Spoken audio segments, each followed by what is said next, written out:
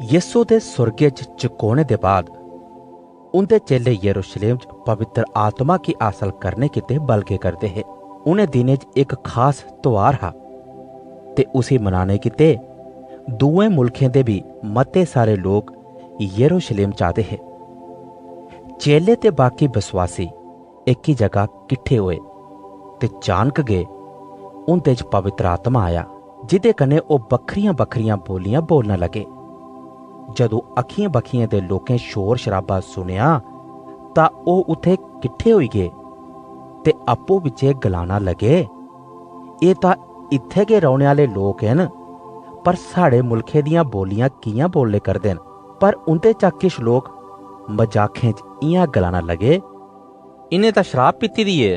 उंदियां एह गल्लां सुनिए यीशु दा एक चेला पतरस खड़ोइये गलाना लगा, भराओ एह गल नहीं है, अजें ते बड्डे पैरी दे 9 गै बजे दे न ते इन्नी सवेला कुण शराब पींदा है।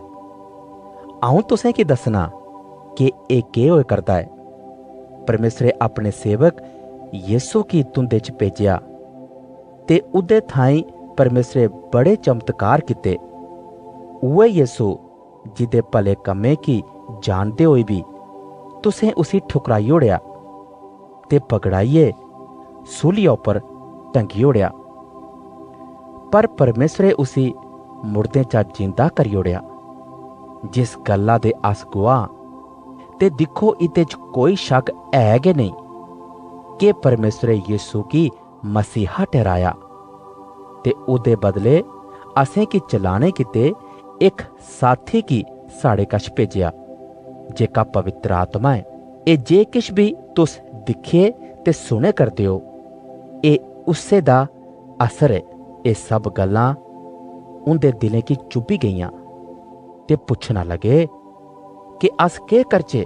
पतरस ने गलाया, पापें सा मन फेरो ते यीशु मसीह दे नां कन्ने बपतिस्मे दी रस्मां की पूरा करो ते तुंदे पाप माफ हो जागन ते तुस पवित्र आत्मा दा बलिदान पागे। तकरीबन 3000 लोकें बसवास किता ते बपतिस्मा लेता ते ओह भी विश्वासियें दी मंडली च शामिल होई गए। फ्ही सब मिलिए चेलें सा सिखदे, मिलदे जुलदे ते प्रार्थना करदे रहे।